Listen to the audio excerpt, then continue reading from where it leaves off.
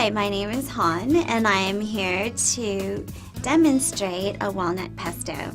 Now this tastes just like a traditional pesto, but we've incorporated more nutrient-dense ingredients to make it a lot healthier for you. First of all, we're incorporating some spinach along with the basil. And I love the way basil smells. We've added spinach to this so that we can have extra vitamins such as vitamin A, calcium, and iron. And traditionally, pesto is made with pine nuts, but today we're using walnuts because they're extra high in omega-3s, which most people are deficient in. And this is the good fats that help break down the bad fats.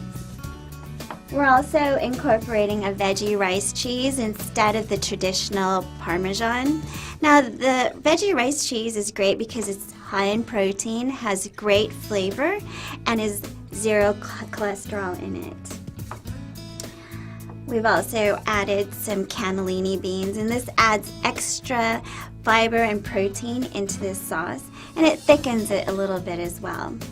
And the recipe calls for brewer's yeast, and the reason why I've written brewer's yeast in this recipe because brewer's yeast contains a great deal of B vitamins that are great for energy as well, and that's optional, and we're not incorporating that today.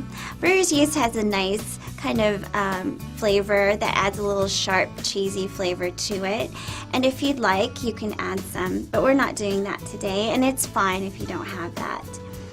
We've also got 1 lemon, and the recipe calls for 2 tablespoons of lemon juice. And to make things simple, I always use 1 lemon, and that's usually equivalent to 2 tablespoons of lemon juice. We've got our salt and pepper, and instead of using extra olive oil, the recipe calls for 1/4 cup.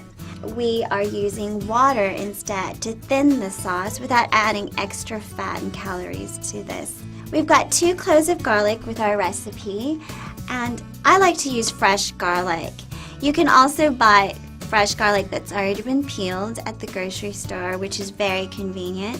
And you can also buy the jarred garlic in a little jar that's already been minced, and that makes it a lot more convenient for you as well. But if you have fresh garlic, always try to use fresh ingredients. It just tastes better. Our recipe calls for 1.5 cups of basil and spinach, and I've got some already torn and washed here.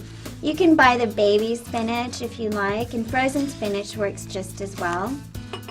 I like to pack it in there too. And I've got a high-speed professional blender here, but you can use any home household blender. That will work just fine. And it's 1.5 cups of greens and basil, and if you like more basil flavor for your pesto, you can definitely add a little bit more. Okay, and then the recipe calls for 1 cup of walnuts, and 1 cup of veggie cheese. We've also got 1/2 cup of cannellini beans, and I buy these canned and drain them, and make sure you buy the low sodium variety. We've got 1/4 cup of olive oil here, and the recipe calls for 2 tablespoons of lemon juice. I like to use fresh lemon juice. The lemon juice that you can sometimes find in the grocery store that's already packaged is just not as a fresh flavor as the fresh lemon juice for the bright flavor. Now the easiest way to peel fresh garlic is to smash it to get the papery skins off. I just press firmly on it, and be careful to lean the blade forward so that you don't cut your hand. And what happens is it just presses the skin off of it, and so you can very easily peel the skin right off.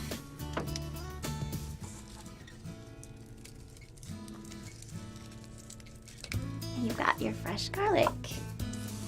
And then I like to add a pinch of salt or 2. A pinch of salt is normally about 1/8 of a teaspoon, and this recipe calls for about 1 teaspoon of salt. But I like to do it a little bit at a time, so with 2 pinches, that's 1/4 teaspoon. and then a pinch of black pepper.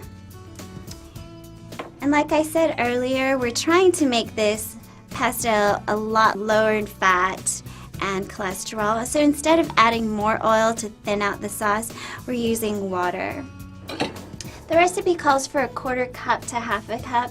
I'm going to add 1/2 cup right now. And then you can add a little bit more if the sauce is too thick.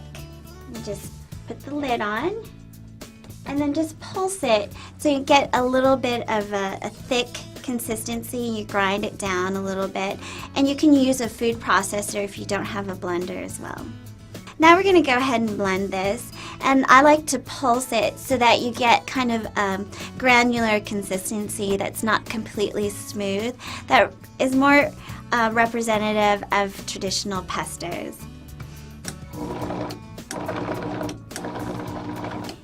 Sometimes you might need to stir it around a little bit.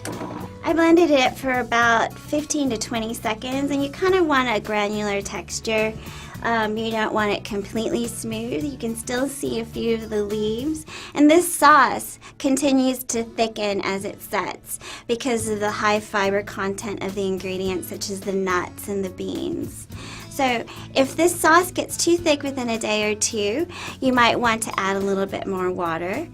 And it's pretty much done. Let me taste it first. It's perfect. No more salt needed. So now you have a delicious pesto that you can store in the refrigerator for up to 7 days, or you can even put them into individual ice cube trays and freeze it, and then break it out of the ice cube trays and put them into a Ziploc bag and drop them into your marinara sauces.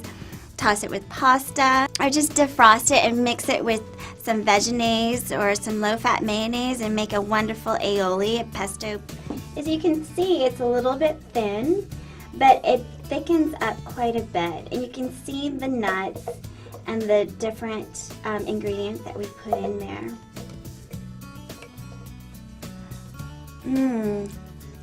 It's perfect.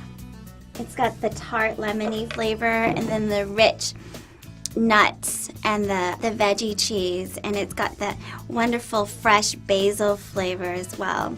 Here you are, we've got walnut pesto. Enjoy!